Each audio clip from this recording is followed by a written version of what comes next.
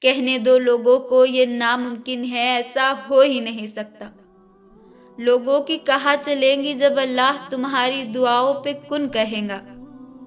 وہ فرماتا ہے کہ تم مانگو مجھ سے، میں قبول کرتا ہوں۔ جو تم زبان سے نہیں کہہ پاتے میں تو وہ بھی سنتا ہوں۔ اور تم ہمت نہ ہارو اور غم نہ کھاؤ۔ دعا مانگ کر بھی ڈرتے رہو گے تو لگے گا کہ قبول ہونے پہ یقین نہیں ہے۔ تکلیفوں سے گزرے بغیر کیسے پتہ چلے گا کہ تمہارا رب مشکل کشا ہے؟ بن مانگے ہی مل جائے تو کیسے یقین ہوگا کہ تمہارا رب دعاؤں کو بہت سننے والا ہے؟ اگر سب تمہارے ساتھ رہیں گے تو کیسے پتہ چلے گا کہ اللہ کے سوا کوئی اپنا نہیں ہوتا؟ ناممکن سمجھ کر مانگنا ہی چھوڑ دو گے تو کیسے پتہ چلے گا کہ اللہ معجزے کرنے پر قادر ہے؟ سنو، تم انسان ہو، اس قابل نہیں کہ اس کی مصلحتوں کو سمجھ سکو۔ تم ہر حال میں اس پر یقین رکھا کرو کہ تمہارا رب وہی ہے جس نے سمندر کے بیچ میں موسیٰ علیہ السلام کے لیے راستہ نکالا تھا، ابراہیم علیہ السلام کو آگ اور یونس علیہ السلام کو مچھلی کے پیٹ میں محفوظ رکھا تھا۔ ہاں، تم ابراہیم، موسیٰ اور یونس علیہ السلام نہیں ہو، مگر تمہارا رب وہی ہے جو ان کا ہے۔ میں نہیں جانتی میرا نصیب مجھے کہاں لے جائے گا۔ زندگی مختصر ہے، جانے کب یہ سفر ختم ہو جائے گا۔ دل کو محبت سے منور کرنے والا تو ہی ہے۔ مجھے خبر ہے کہ تو ہی بس اسے بہلائے گا۔ یہ آزمائش ہے، اگر تو مجھے ہمت دے پورا اترنے کی، اور اگر یہ تیری محبت کا امتحان ہے تو مجھے اتنا صبر دے کہ میں اس محبت کی لاج رکھ سکوں۔ تیری مصلحتیں تو مجھے سمجھ نہیں آتی اللہ، مگر میرا دل تیرے فیصلوں پر یقین رکھے ہوئے ہے۔ تیری بندی تیرے معجزوں پر ایمان رکھے ہوئے ہے۔ فجر کا سجدہ ہر نئے سویرے کے ساتھ امید کی نئی کرن لاتا ہے۔ اللہ روز تمہارا انتظار کرتا ہے، روز تمہیں دیکھ کر مسکراتا ہے اور جانتا ہے کہ میرا بندہ لفظوں کے معاملے میں کچا کچا ہے۔ جو الفاظ بیان نہیں کر پاتے اللہ وہ دکھ بھی سمجھ جاتا ہے۔ وہ بدل دے گا وقت جو تاریکیوں کے بعد چہکتا ہوا دن لاتا ہے۔ کوئی ڈھونڈتا رہتا ہے اسے طاق راتوں میں، اور کسی کو وہ اجالوں میں مل جاتا ہے۔ ایک تڑپتی ہوئی رات میں ہوتی ہے کئی سسکتی ہوئی راتیں۔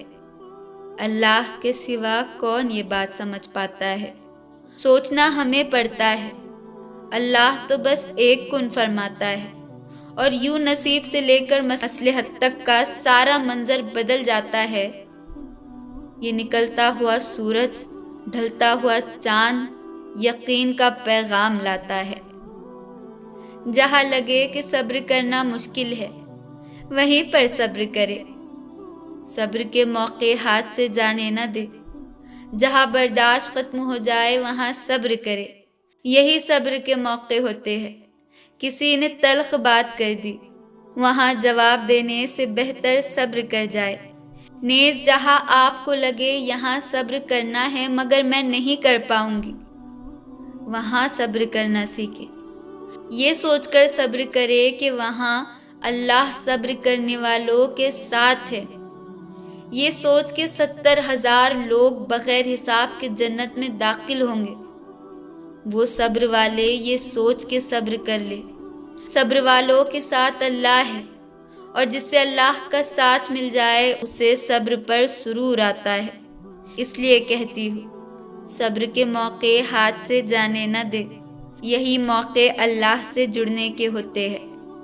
یہ اللہ کی محبت ہے، جب سارے دروازے بند ہو، سب ساتھ چھوڑ جائے، سب رویے بیزار ہو جائے، مگر سب سے پہلے رب کی طرف رجوع کرنے والا بننا سکھا دیتی ہے۔ یہ اللہ کی محبت ہے کہ گناہوں کی زندگی سے نکل کر صراط مستقیم پر چلنے کی کوشش میں لگا دیتی ہے۔ یہ اللہ کی محبت ہے کہ پھول کے بدلے تو سب پھول دیتے ہیں، مگر نفرت کے بدلے پیار اور اخلاق وار دینا سکھا دیتی ہے۔ یہ اللہ کی محبت ہے۔ یہ نفس کی خواہشات پر اور شیطان کی ہاں میں ہاں ملانے سے روک دیتی ہے۔ یہ اللہ کی محبت ہے کہ گھپ اندھیروں میں رب کی رحمت سے مایوس نہ ہونا سکھا دیتی ہے۔ یہ اللہ کی محبت ہے کہ زخموں سے بھرا ہوا ہونے کے باوجود دوسروں کے لیے مرہم والا بننا سکھا دیتی ہے۔ کچھ چیزیں، کچھ انسان جان سے پیارے ہوتے ہیں۔ ہمیں لگتا ہے ہم مر جائیں گے وہ اگر ہم سے الگ ہو جائے۔ دوسری طرف ہمیں یہ بھی احساس ہوتا ہے کہ اللہ کی محبت ہمارے لیے سب سے پہلے ہے، مگر ہم مر جانے کے خوف سے اللہ کے لیے اپنی من پسند چیز نہیں چھوڑ پاتے۔ لاکھ کوششوں کے باوجود بھی ہمیں اس کے بغیر مر جانے کا خوف ہوتا ہے۔ پہلی بات، اللہ نے آزمایا ہے تو وہ آپ کو اس آزمائش میں مرنے کے لیے نہیں چھوڑتا، نہ وہ یہ چاہتا ہے کہ میرا بندہ آزمائش میں مر جائے۔ جو اللہ کے لیے کچھ کرے اللہ اس کو کیسے لاوارث چھوڑ دے۔ Do subscribe for more videos like this.